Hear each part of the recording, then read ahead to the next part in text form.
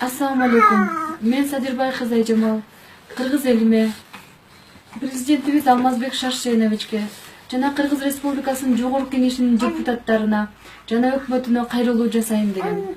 Мен кайрылуумдун себеби 2017 жылдын 2-майында мен жашап жаткан Восток 5 Кичи районунун 2-үйүнүн 71-батирине кечки саат 8 чамасында 10-бөлүмдүн кызматкерлери, алардын арасынан Арыкбаев Уларбек тергөөчү, Олжобай кызы Бегимай, Кыйрабаев Нуржан, мен тааныбаган кошуналарды чогултуп, камералар менен жана 1-май райондук сотунун 24-апрелинде чыккан токтомун көргөзүп, бул террористтик, экстремисттик иштерди кылып жүрөт деп касептерге айтып, үйүн тинтишибиз керек деп үйгө тинтүүнү башташты. Үйдү тинтүү кечки саат 8ден баштап 10дорго чейин балдардын ыйлаганына карабастан үйдүн ар кайсы бурчтарын, балконду, кухняны баардык жак эч бир жерин калтырбай тинтүү жүргүзүштү.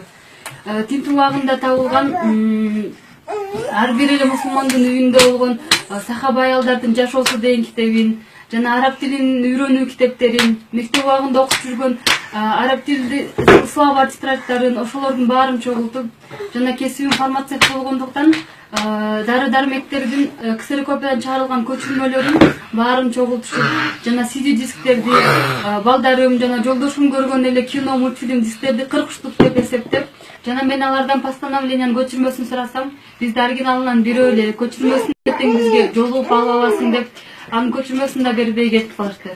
Эми арыздоо менен кимге кайрылам, кантип кайрылам? Алар эмнеге биздин укуктарыбызды тепселеп жатышат? Же биздин жолугубуз болгондугу үчүнбү? Же элди ыйманга, биримдикке, ынтымакка чакыргандыгыбыз үчүн бизге ушундай террорчу, экстремист деген жалаларды жаап жатышабы? Жана мындай жалалар менен канчалаган мусулмандар камалып жатышат? Мындай болуп жаткан иштерге мамлекет башчылары, өкмөт башчылары жана президентибиз баш болуп президентибизден суранар элек. Буларга кайдыгер карабастан мусулмандардын укуктарын коргой турган чараларды көрүңүздөр. Жана урматтуу кыргыз элим, өзүңүздөрдүн калыс ой пикирлериңиздерди билдирсеңиздер.